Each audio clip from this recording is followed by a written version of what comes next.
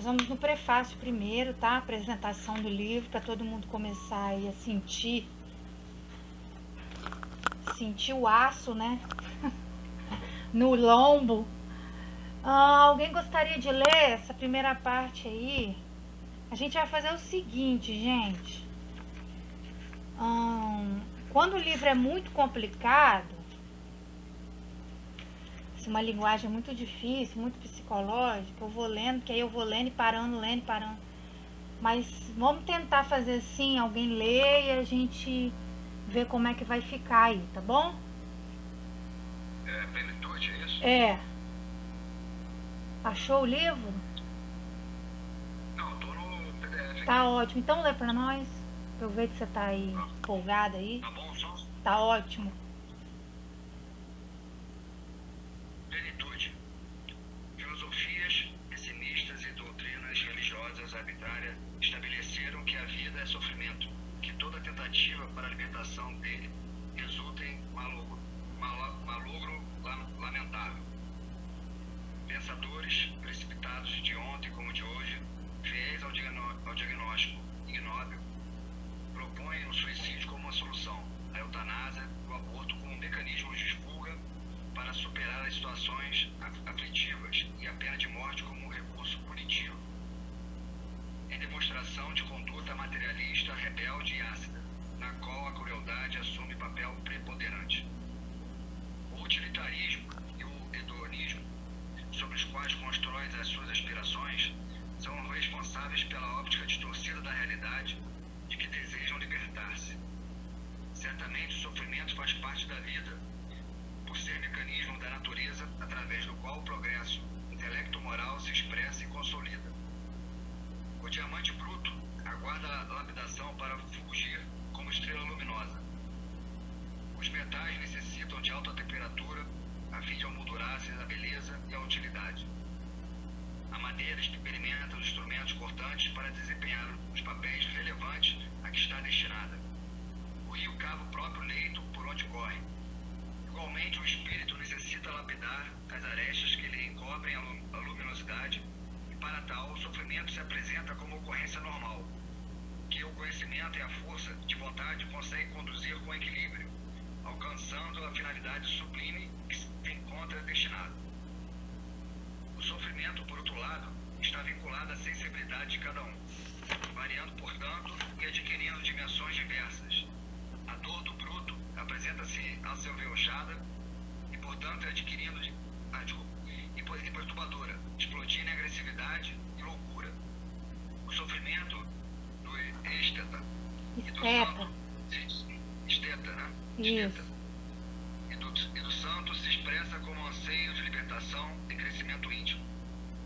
Atravessando as fases primárias da vida no seu mecanismo automático de evolução, o psiquismo amplia as aptidões inaptas e desenvolve os germes da perfeição neles jazentes, tornando-se herdeiro na etapa imediata das experiências anteriores. O sofrimento, em face das injunções de amargura e de dor que se reveste, vem merecendo mais amplo investimento histórico de que se tem notícia, objetivando-se a libertação dele e a plenitude da criatura. De Crisma Nuda a Jesus, a Allan Kardec, a visão religiosa e a filosofia sobre o sofrimento recebeu valiosas contribuições que hoje, no esforço dos modernos cientistas da saúde holística, parece alcançar um grau maior de entendimento do homem e do seu interrelacionamento com as forças vivas da natureza, refletida na ecologia, ensejando uma compreensão maior da vida e da sua finalidade. Antecipando essa conduta odierna, o Espiritismo vem conclamando o homem para o respeito a Deus, a si mesmo, ao próximo, a todas as expressões vivas ou não lhe constituem o ambiente que está localizado, para aprender e ser feliz, assim adquirindo a sua plenitude. Considerando a problemática humana existente no próprio indivíduo, o desconhecimento de si mesmo, e tendo em vista os urgentes fatores que desencadeiam o sofrimento, arrastando a multidões à sandice, ao desalento, à alucinação, a fugas inglórias pelo suicídio, pelos vícios, resolvemos aprofundar o estudo em torno dele, ora reunidos no presente livro que trazemos ao conhecimento do prezado leitor, interessado na solução desse terrível flagelo responsável por incontáveis males para uns e bênção para outros, possibilitando aos últimos a ascensão e a glória. Analisamos alguns dos seus aspectos conforme a visão budista e a cristã e propomos a solução espírita em razão da atualidade dos postulados que constituem a revelação do Consolador, convidando o homem ao autodescobrimento, à vivência evangélica, ao comportamento lúcido, advindo do estudo e da ação iluminativa na trilha da caridade fraternal. Confiamos que o nosso esforço irá contribuir para o esclarecimento de nossos leitores, induzindo-os à aquisição da plenitude em paz e saúde, inteiramente livres do sofrimento, construindo o amor como fonte viva de realização íntima e geral. Esperando haver alcançado o objetivo que nos propusemos, rogamos ao modelo e guia da humanidade, nos abençoe e conduza. Diante 90. Eu quis que a gente lesse isso aí direto, gente, não parei. Só pra gente ter uma introdução aí do que está por vir. E aí, quando a gente começar realmente o livro, eu vou parando e refletindo. Tá bom? Alguém quer fazer algum comentário dessa introdução? O que achou? Parece difícil, não é? Tá tranquilo?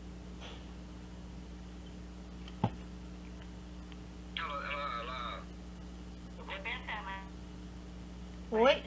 Oi, Neinha. Eu vou tentar, mas parece difícil. Mas falando sobre o sofrimento, né? Isso. Vamos embora. Bora. Fala, Jorge. Ela nessa introdução, né, ela vem descrevendo o que propõe, né, o livro, tentar a gente, de uma forma cristã, de uma forma espírita também, como solução, como ela diz aqui, mas olhar para o sofrimento com outro ângulo, né, com outra visão, e não uma visão material, que geralmente acaba em algumas atitudes impensadas aqui, como ela descreveu, né. Assim, ela dá vários exemplos, né, de coisas materiais, né, da natureza, que estão na natureza aí, que tem que se moldar para poder ter realmente uma função útil. Então, ela faz essa comparação com o sofrimento humano, de forma que esse sofrimento vai lapidar o espírito para que ele se torne realmente, né, ter a função que realmente talvez, né, Deus tenha nos feito para isso, né, que é justamente evoluir, né, para poder a gente lidar com as nossas paixões, né, com nossos sentimentos de forma mais madura, mais evoluída espiritualmente, para que a gente haja conforme nosso Mestre Jesus já demonstrou, né. Então, eu acho que é isso que ela introduziu aqui, que é essa tentativa da gente lidar melhor com o nosso sofrimento, ter uma visão diferente do sofrimento. Isso. Ela fala aqui que o sofrimento está vinculado à sensibilidade de cada um.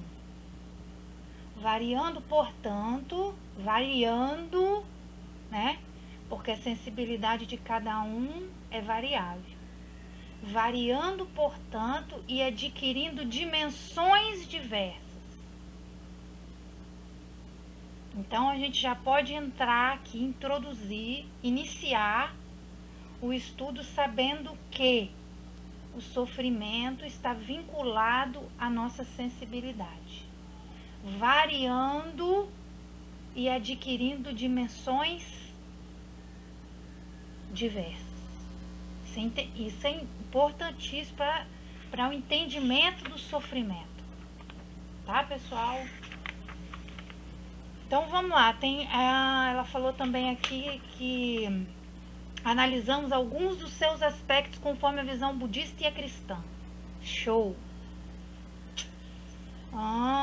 Em razão da atualidade dos postulados que constituem a revelação do Consolador, convidando o homem ao autodescobrimento, à vivência evangélica e ao comportamento lúcido, advindo do estudo.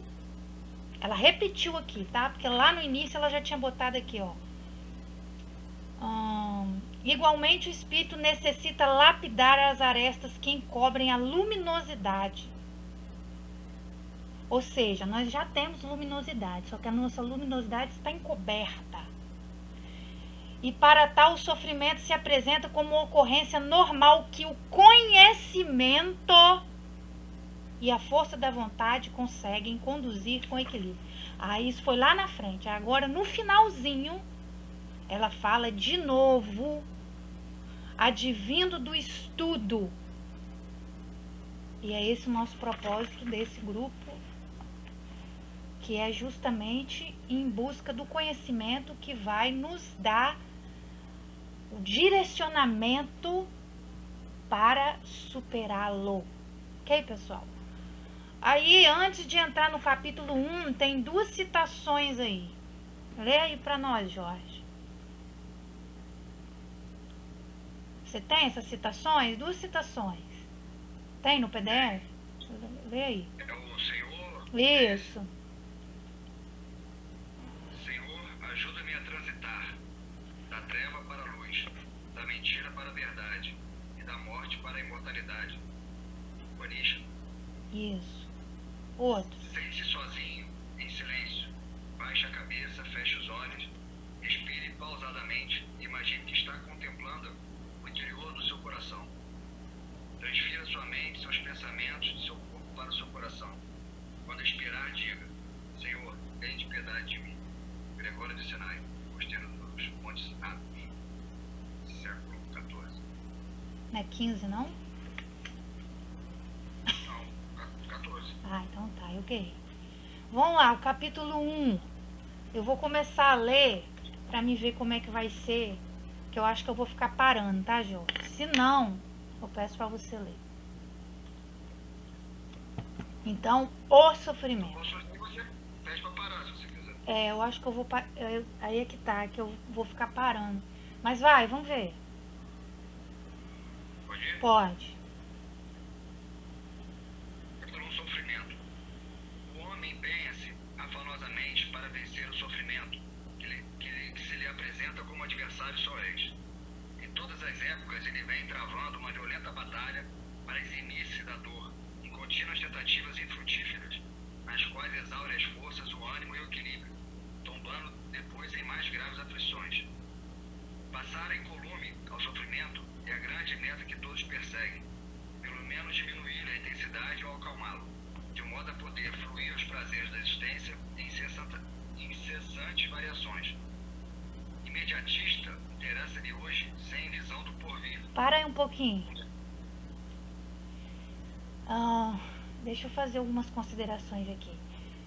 Então, ela começa falando que o homem empenha-se afanosamente, significa fadiga. É que ele trabalha muito para vencer o sofrimento. Porque nós temos a visão de que o sofrimento é o nosso adversário. Olha o que ela fala no primeiro parágrafo.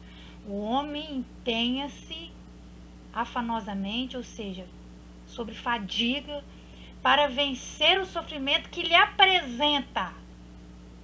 Apresenta-se para nós dessa forma, não significa que seja.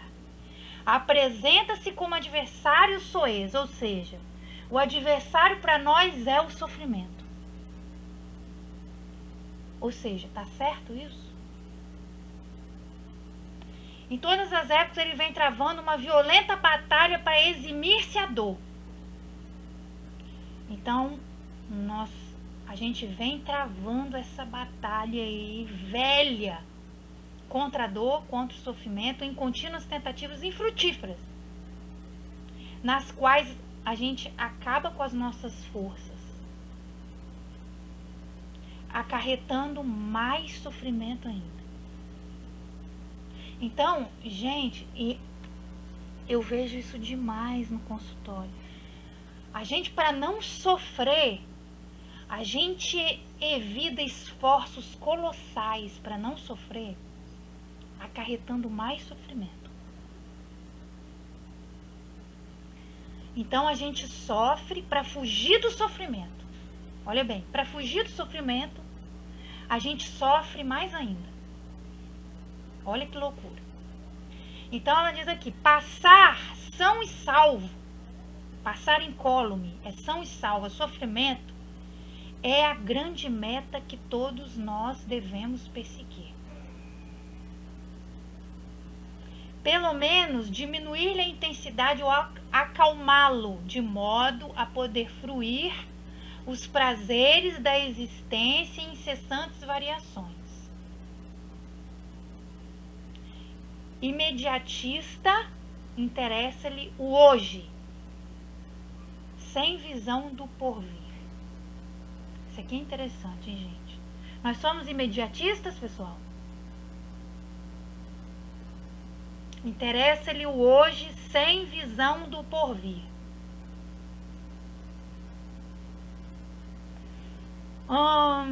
O que isso aqui tem a ver com ansiedade, pessoal?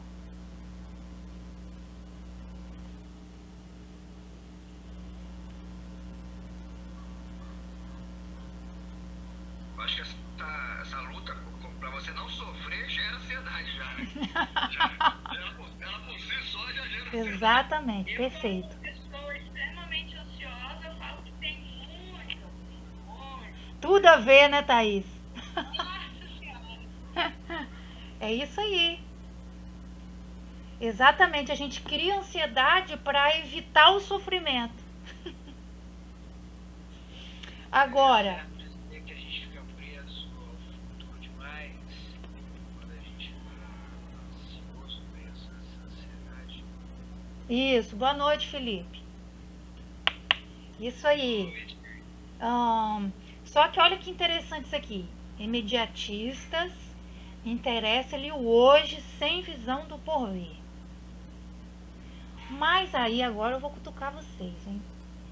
Mas não existe aquela ideia de que a gente tem que viver o presente? O que não tá batendo aqui? Porque tem aquela ideia que a gente tem que viver o agora, o poder do agora, o livro, né? Não é isso?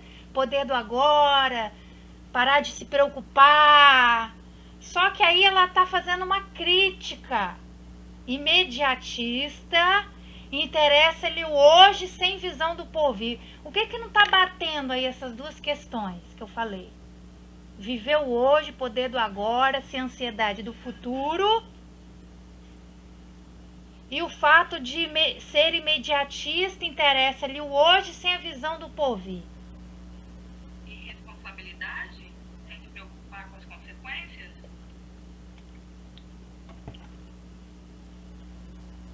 E pensar no futuro? Como? Mas, Thaís, você falou responsável. Peraí, deixa eu... Eu acho que tem que dizer viver hoje sem pensar no futuro. Não, foi a Thaís que falou. Foi a Thaís. Foi você. Eu falei sobre, sobre o viver o agora de uma forma irresponsável sem pensar nas consequências. Perfeito. Eu falei do futuro. Isso aí mesmo. Isso não é valorizar o presente. A gente tem que valorizar o presente respeitando o passado e o futuro. É viver de uma forma responsável, né? É, Viver de uma forma consciente, seria o caso. exato. Ela está falando aqui de uma forma não responsável mesmo.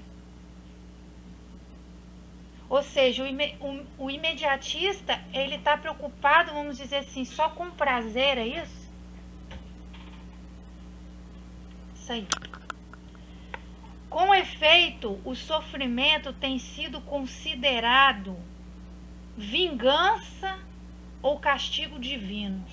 Portanto, credor de execração e ódio. E isso tem muito no espiritismo também, tá, pessoal? A gente costuma falar assim, o sofrimento, isso aqui é resgate de vidas passadas. Tudo a gente fala isso. Ela tá falando aqui, ó. Oi? Isso aí. Com efeito, o sofrimento tem sido considerado vingança ou castigo divino. Portanto, credor de execração e ódio. Nas variadas mitologias, as figuras de deuses invejosos Lê aí, Jorge, por favor. Nas variadas... Despeitados, Pode. as variadas mitologias, as figuras de deuses invejosos ou despeitados, infligindo punições às criaturas e comprazendo-se ante as dores que presenciam. São as respostas ancestrais para o sofrimento na Terra.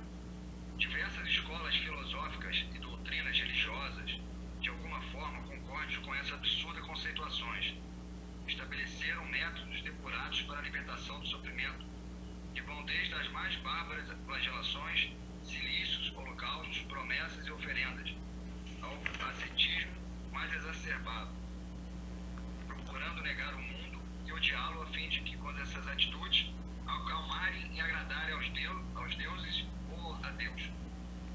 Paralelamente, o estoicismo, herdeiro de alguns comportamentos orientais, tentou imunizar o homem, estimulando a uma conduta de graves sacrifícios, que, sem embargo, é desencadeadora do sofrimento. Para libertar-se desse adversário, a criatura impõe-se outras formas de dor, que aceita racionalmente por livre opção, não se dando conta do equívoco que se elabora. A dor, porém, não é uma punição. Antes revela-se um excelente mecanismo da vida a serviço da própria vida. Fenômeno de desgaste pelas alterações naturais da estrutura dos órgãos. À medida que a energia se altera, advém a deteriorização do invólucro material que ela vitaliza.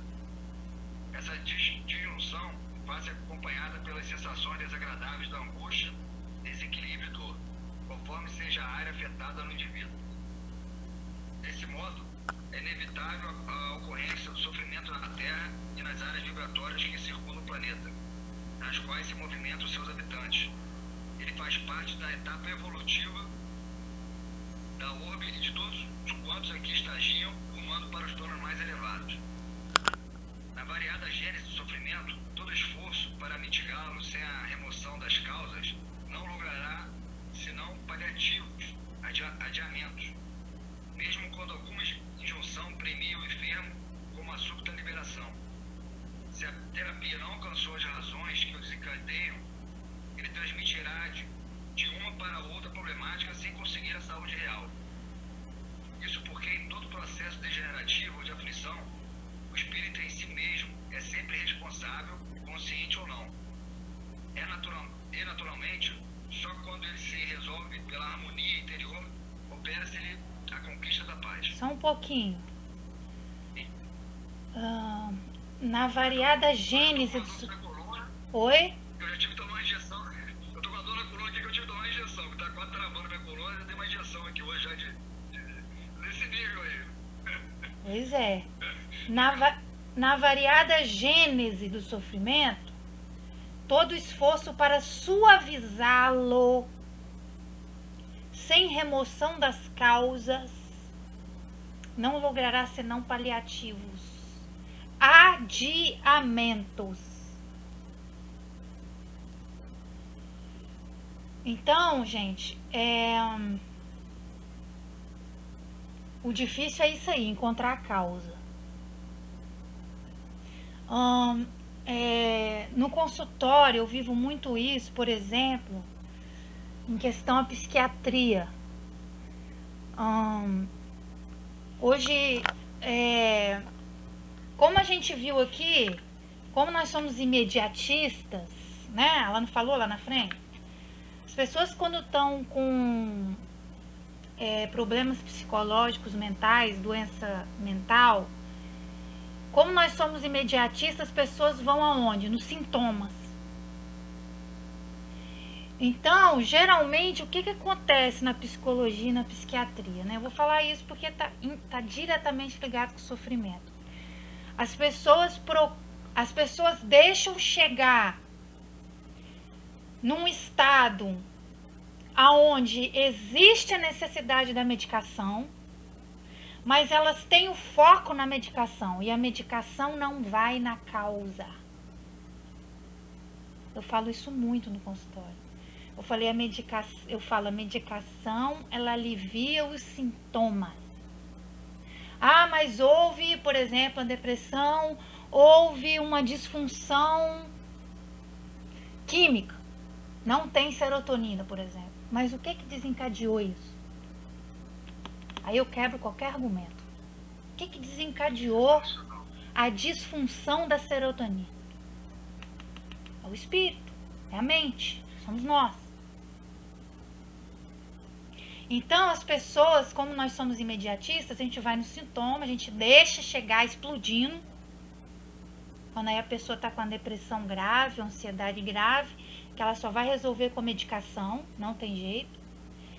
Só que aí ela vai no paliativo. Qual que é o paliativo? Medicação. E não vai na causa. Virou a fuga, né, Kellen? Oi, Felipe. Virou a fuga, né? Isso. E aí ela vai no paliativo, ela nunca chega na causa. Porque o paliativo não vai resolver a causa. O remédio não vai resolver a causa, pessoal. O remédio nunca vai resolver a causa. O remédio vai aliviar os sintomas. A causa é na terapia. Porque aí a pessoa vai começar a tomar... Qual que é a causa? Tomada de consciência. Ela falou aqui, ó. Vamos lá. Isso porque em todo processo degenerativo ou de aflição, o espírito em si mesmo é sempre o responsável, consciente ou não. É o que eu faço na terapia, é a tomada de consciência. A pessoa tem que tomar consciência do que ela fez que desencadeou a desarmonia física.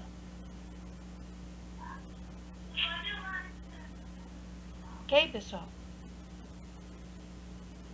E naturalmente, só quando ele se resolve pela harmonia interior, opera-se-lhe... Oi, Nainha. Tá falando comigo? Eu liguei. Não, é Sofia. Não, tá Sofia. Não, eu falei com você não, desculpa. É Sofia. Tá bom, Nainha. Perdoadíssima.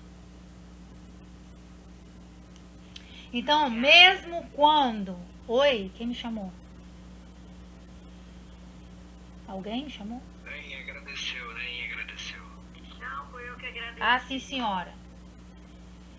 Mesmo quando alguma injunção premia o enfermo com uma súbita liberação, se a terapia não alcançou as razões que o dizem, se a terapia não foi na causa, ele transitará de uma para outra problemática sem conseguir a saúde real. Vou dar um exemplo. Mas aqui ele fala terapia no sentido genérico. Ela fala de uma terapia no sentido genérico. Né? Toda terapia. Existem vários tipos de terapia. 1 milhão de tipos de terapia. Né? A fisioterapia é um tipo de terapia. Ok? Vou dar um exemplo. A pessoa tem um vício. Álcool. É um exemplo. Ela quer se livrar do vício de álcool. Hoje tem tratamentos psiquiátricos para vício de álcool, drogas, tabagismo. Ela vai lá no médico e fala assim, doutor, eu quero... Aí ele passa o remédio. Aí ela consegue se livrar do vício do álcool. Só que se ela não foi na causa, ela resolve o vício do álcool e desenvolve outro vício. Ela pode até resolver o vício do álcool, mas se ela não resolveu a causa que a fez, a causa que desencadeou o vício, ela pula para outro vício. Eu já vi muito isso. É o problema do tarja preta, né? Você começa a usar tarja preta para resolver problema psicológico, aí você fica viciado no tarja preta. Exatamente. É o paliativo, né? Todos os vícios são paliativos, né? Fala, Denis.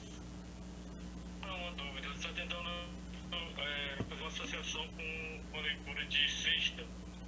Porque foi até o capítulo que eu li, falando sobre a questão das pessoas que não estão preparadas, não estudam ou não se utilizam dos recursos e acabam tendo os processos do estômago questões. E nesse momento, assim, como o livro Tormentos da Obsessão, era mais a questão de serem atacados por espíritos maus, né? Assim, Lá ele estava falando da mediunidade, Denis. então, mas nesse momento do sofrimento, também o remédio não poderia ter essa ação, como você falou, paliativa, que ajudaria pelo menos a pessoa, pensando também como um passe, né? Uma terapia, que foi trazida no livro, a questão fluidoterapia, de estar ajudando aquela pessoa, pelo menos ela ter condições de procurar ajuda, ou pelo menos de melhorar. Sim, Eu perfeito. sei que é uma questão paliativa, mas ela é complexa. Mas é né? necessária, exato. Olha o que eu falei aqui no começo. A pessoa, ela tá com um problema psicológico, psiquiátrico, e ela vai empurrando com a barriga, sem tentar resolver, sem resolver. O negócio vai ficando grave. Aí ela tem que entrar com a medicação. Tem que entrar. Quando qualquer transtorno psiquiátrico está grave, só resolve com a medicação. Né? A terapia só, gente, não consegue. Porque a pessoa está num nível de estresse tão alto que ela não consegue assimilar a terapia. Se ela tiver numa depressão grave, ela não consegue nem ouvir o que o terapeuta está falando. Ela só quer chorar. Ela só quer ficar na cama. Ela não tem força para tomar banho. Ela não tem força nem para tomar banho. Tomar banho é um esforço colossal, ela não tem energia. Então, nesse caso, Denis, o paliativo é essencial.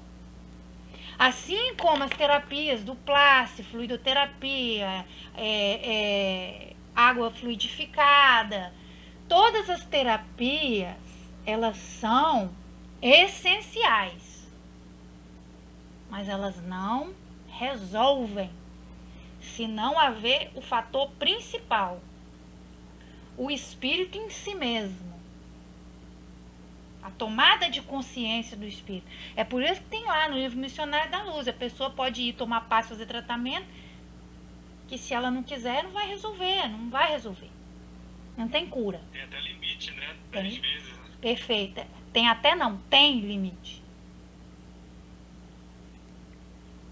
É isso aí, Denis, você colocou muito bem lembrado, tá?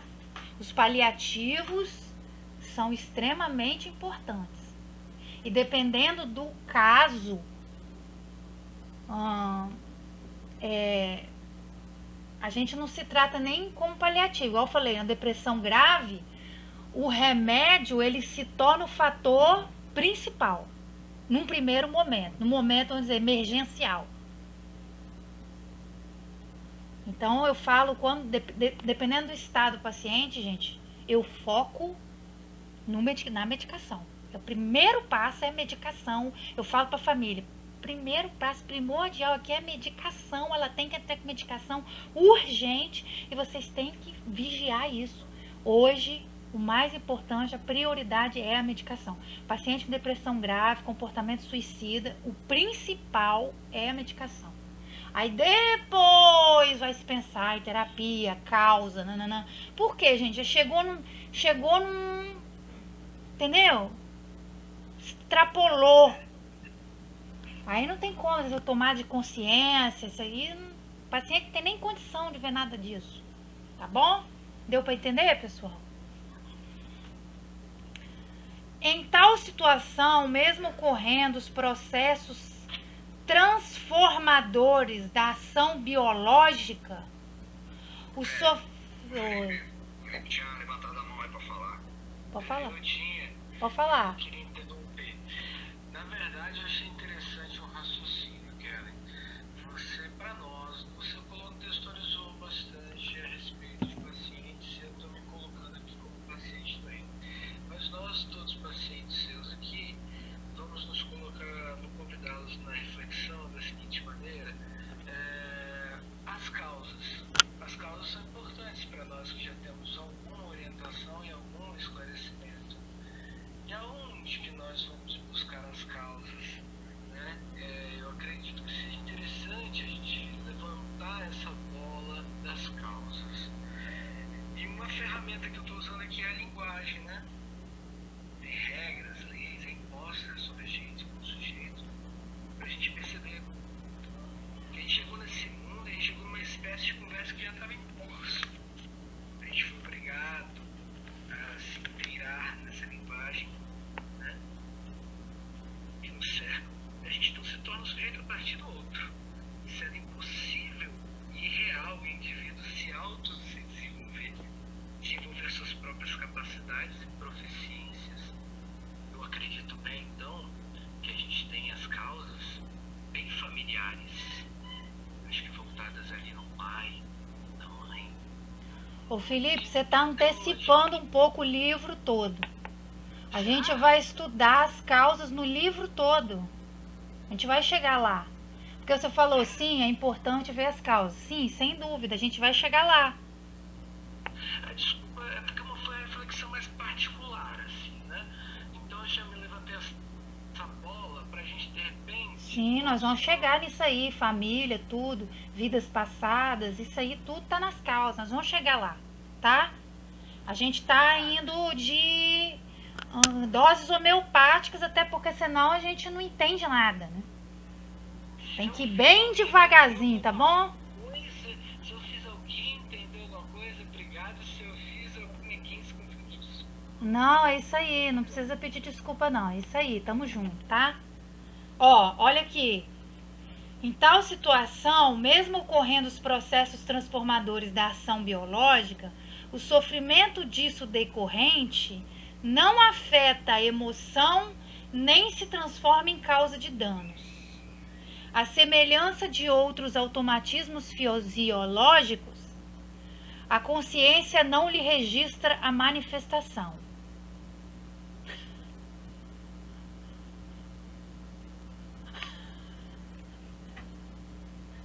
Entendemos nada, né?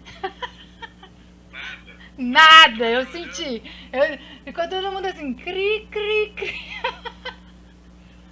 Pera aí, vamos um pouquinho que a gente vai entender. Vamos um pouquinho, calma aí, gente. Joana de Anjos é assim, gente. É aperta os cintos, que a viagem é só turbulência.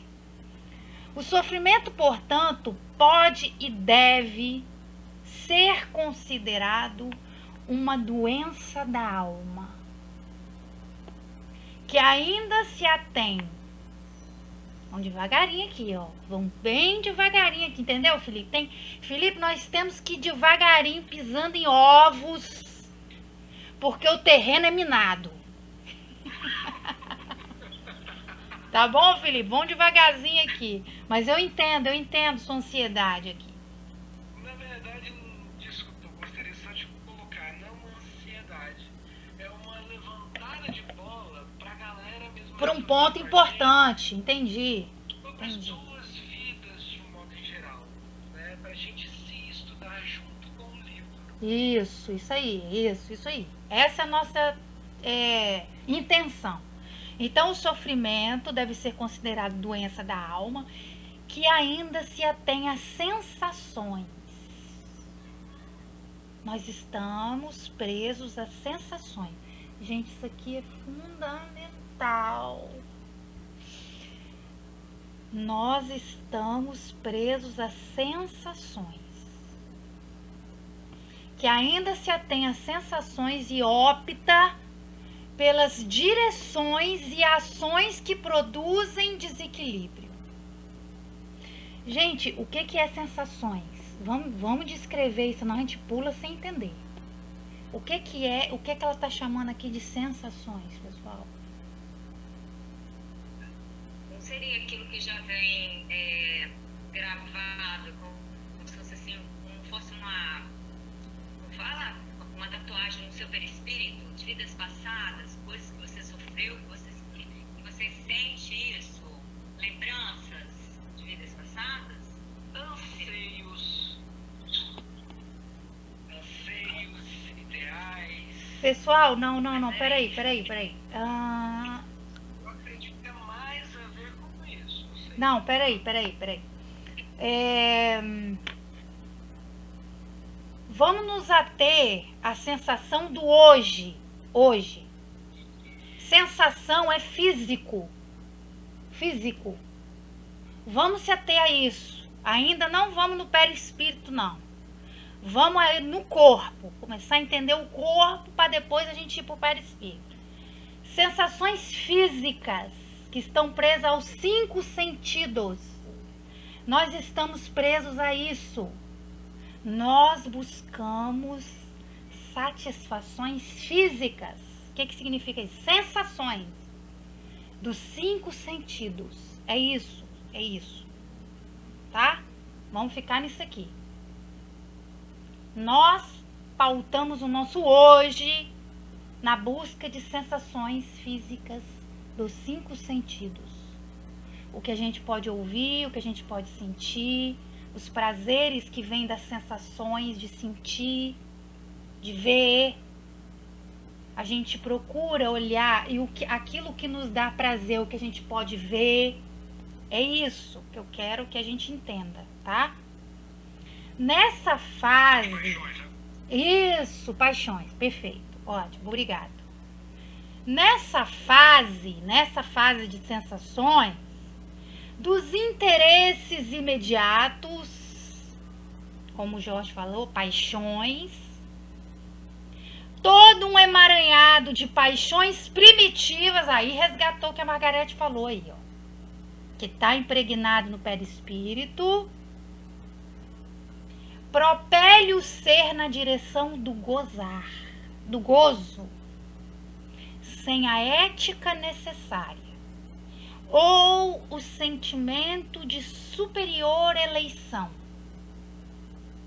e o atira nos cipoais dos conflitos que geram a desarmonia das defesas orgânicas, as quais cedem à invasão de micróbios e vírus. Aí, Denis, lembra disso, Denis, que eu falei em outro estudo? Por quê? A depender dos nossos desejos e intenções, isso vai gerar conflitos que geram desarmonias nas defesas orgânicas, as quais cedem à invasão de micróbios e vírus que lhe destroem a imunidade, instalando-se insaciáveis e devoradores. Ok, tudo começou aonde?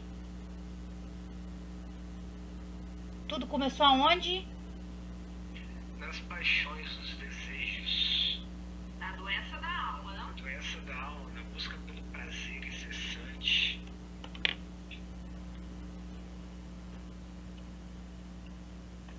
Nas sensações, tudo começou pelas sensações gravadas. As sensações de chorar, sensações de sofrimentos, sensações que vêm por mim, justamente o que está gravado. Como nós temos ainda muitas paixões primitivas, estamos presos a interesses imediatos. E daí,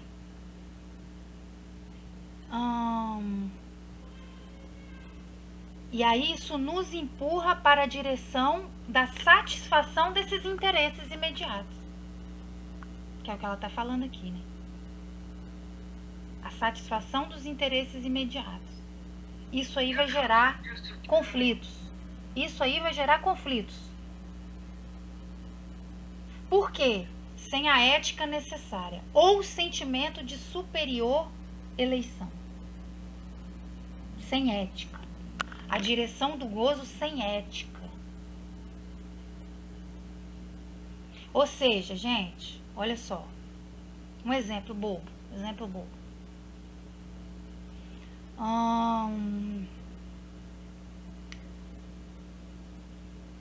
Uma pessoa, um sujeito, vamos supor, um homem, João.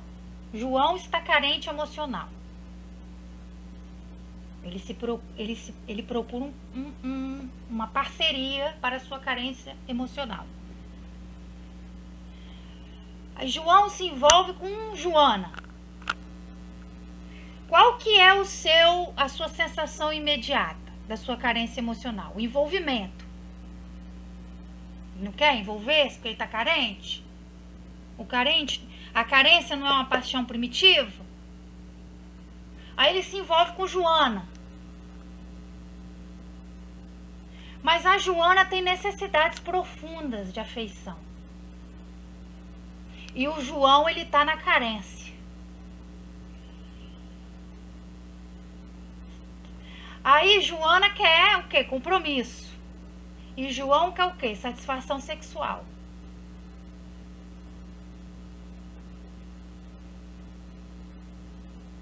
Aí João para e pensa assim, bom, Joana está se envolvendo comigo, ela está muito acelerada. Mas eu não tenho o mesmo sentimento por ela. Eu ouvi isso essa semana, gente, por isso que eu tô trazendo esse cara. Um homem falou pra mim, fulano está apaixonada por mim, mas eu gosto da presença dela, eu gosto de estar com ela, mas ela tá apaixonada, eu não tô, mas eu gosto de ficar com ela. Apego, né? Não é amor. Não. É apego. Então a Joana tá apaixonada, o João não, mas o João se satisfaz com ela. E aí se vem a seguinte pergunta: até que ponto você vai manter uma relação com uma pessoa que você não sente a mesma coisa, simplesmente por carência emocional? Isso seria justo com ela? Cadê a ética? Cadê a responsabilidade afetiva? Hoje o nome mudou, hoje é responsabilidade afetiva. É isso aqui que ela está falando.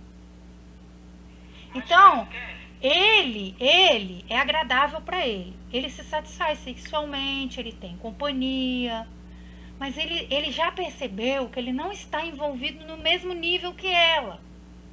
E que ele não tem para dar o que ela quer. Mas como ela também está carente, vocês percebem? Então, olha bem. Ele está se satisfazendo, mas não tem ética. Entenderam? Isso aqui é isso. Fala, Diego.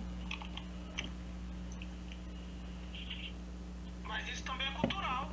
Essas sensações também se adquirem culturalmente. Né? Exatamente, isso mesmo. Não é só questão espiritual. Não, Às não. vezes, porque É uma consequência da outra, tá, Diego? Uma é consequência. É lógico, a cultura acompanha a evolução espiritual, né? pode ser. É isso aí. Porque o que acontece? Também tem casos, por exemplo, de carência, não questão do sexo, como você colocou aí, mas de carência, questão de convívio. Assim, né? Porque foi criado do jeito. Porque é homem, foi criado de um jeito que não se coloca nem um prato, nem. Eu usei, ô Diego, peraí, eu usei o sexo como exemplo. Mas não precisa ter sexo para ser sem ética. A grande questão do raciocínio é o seguinte: qual é o interesse? Então, se a pessoa está querendo companhia, ela está usando de qualquer forma. A grande questão é: qual é o interesse da relação? Interesse é ético? Eu estou pensando no meu gozo, na minha satisfação, no meu interesse.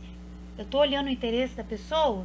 Geralmente as relações no nosso nível evolutivo aqui, cultural, não vê nada disso. Tá nem aí, quer se satisfazer a si próprio, não tá muito preocupado se o outro tá bem, se tá machucando, se não tá. Fala, Denis.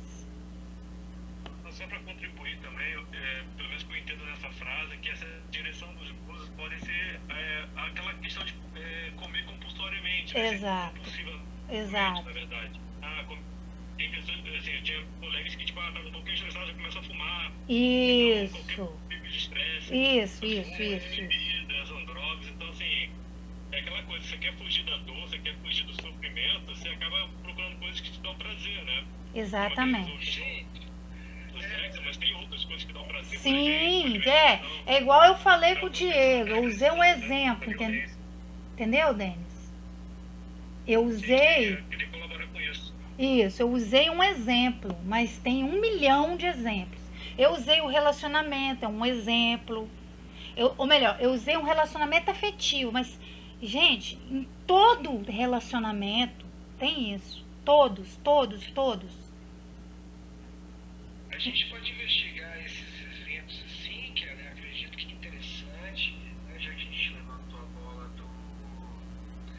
das causas, né?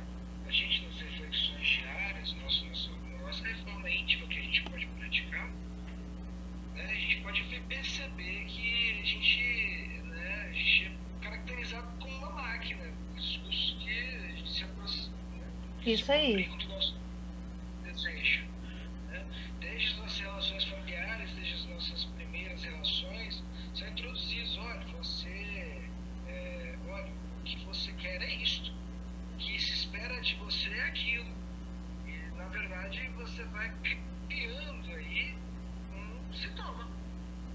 Vai criando sintomas. Você vai, na verdade, se identificando ao longo da vida, se reconhecendo e conhecendo verdades mais contundentes em relação ao conforto, né, de se reconhecer naquilo que você realiza proficiências, na sua realização verbal com as suas pessoas, enfim, né, eu acredito que está aí a nosso poder de investigação. Aonde a gente vai investigar? Lá atrás, nas nossas relações familiares. Aí ela continua aqui, galera. Da mesma forma, os equipamentos mentais hipersensíveis desajustam-se, abrindo campo à instalação das alienações, das obsessões cruéis. Então, vocês estão vendo aqui que as alienações mentais, as obsessões vêm como consequência. É uma consequência. Por extensão, pode-se dizer que o sofrimento não é imposto por Deus, constituindo-se escolha de cada criatura, mesmo porque a sua intensidade e duração estão na razão direta da estrutura evolutiva, das resistências morais, características do seu estágio espiritual. É a sensibilidade emocional que filtra a dor e a exterioriza. Com ela reduzida, com a sensibilidade reduzida, as agressões de toda ordem recebem resposta de violência e agressividade. Então, gente, isso aqui é importante, ó. É a sensibilidade emocional que filtra a dor. Sensibilidade emocional. A gente aprende culturalmente que as pessoas sensíveis são as pessoas que sofrem mais. E a gente acha que os brutos sofrem menos. É o contrário. A sensibilidade emocional que filtra a dor. Quando essa sensibilidade emocional está reduzida, as agressões de toda ordem recebem resposta de violência e agressividade. Então, as pessoas que são muito violentas e muito agressivas são pessoas que têm um baixo nível de sensibilidade emocional. Então, quanto mais evolutivo... Fala, Regina, pode falar. Peraí. Repete, por favor, eu perdi. A sensibilidade emocional, ela filtra a dor. Quando a sensibilidade emocional é baixa, as agressões de toda ordem recebem resposta de violência e agressividade. Então, a pessoa que é muito violenta e agressiva é porque ela tem uma baixa sensibilidade emocional. Aí ela responde com violência. Então, quanto mais evolutiva é a pessoa, mais ela filtra isso. Então, o espírito evoluído, ele filtra e transforma isso em uma atitude elevada. Aquela pessoa que responde já reage. A pessoa que reage é a pessoa com baixa sensibilidade emocional. Kelly, Sim, posso falar? pode. Ela fala que você pulou essa palavrinha que a exterioriza, ou seja, que expressa, né? Porque eu acho que tem pessoas que não conseguem também expressar, exteriorizar, colocar pra fora essa sensibilidade. Essas pessoas são mais duras, mais secas, né? Tipo assim, mais ditas fortes, que na verdade não são, como você falou. Exato. Acabam sendo agressivas porque você não consegue colocar pra fora, não consegue Sim. exteriorizar. Sim. Gente, é porque é o seguinte, tem duas visões na nossa cultura. Os sensíveis demais e os brutos. Nenhum dos dois significa que a pessoa tem sensibilidade emocional, pessoal. O sensível demais, aquele que chora à toa, aquele que não dá conta de nada, também não tem. Mas a gente aprendeu a falar que esses são os sensíveis. Não é essa ideia, não. É o equilíbrio. Essa ideia não é o que a Joana está querendo falar. As pessoas que são sensíveis, tudo sente, tudo sofre, tudo chora, tudo dramatiza, também não cabe aqui. Tá? Nem os brutos e os violentos, e nem os sensíveis demais, aquelas pessoas que sofrem demais. É outra sensibilidade que ela está falando aqui. O que ela está chamando de sensibilidade emocional aqui, pessoal? Vamos marcar isso aqui. O que ela está chamando? Não, o equilíbrio. Sim, o que é isso? O equilíbrio emocional, de você filtrar isso aí, de você receber as coisas e não ação-reação. Não, mas você respirar, tentar filtrar isso aí para ter uma reação de forma mais tranquila, de forma mais equilibrada, sei lá. É aquele que sente. Presta atenção. Eu não consigo. É aquele que sente. Sente. É aquele que sente e se permite sentir. Na verdade, sentir todo mundo sente, mas tem pessoas que não se permitem. É aquele que se permite sentir. É aquele que lida com os sentimentos. E as emoções, né, no caso. É aquele que sabe lidar com os sentimentos e as emoções. Porque aquele que sabe lidar é capaz de filtrar a dor.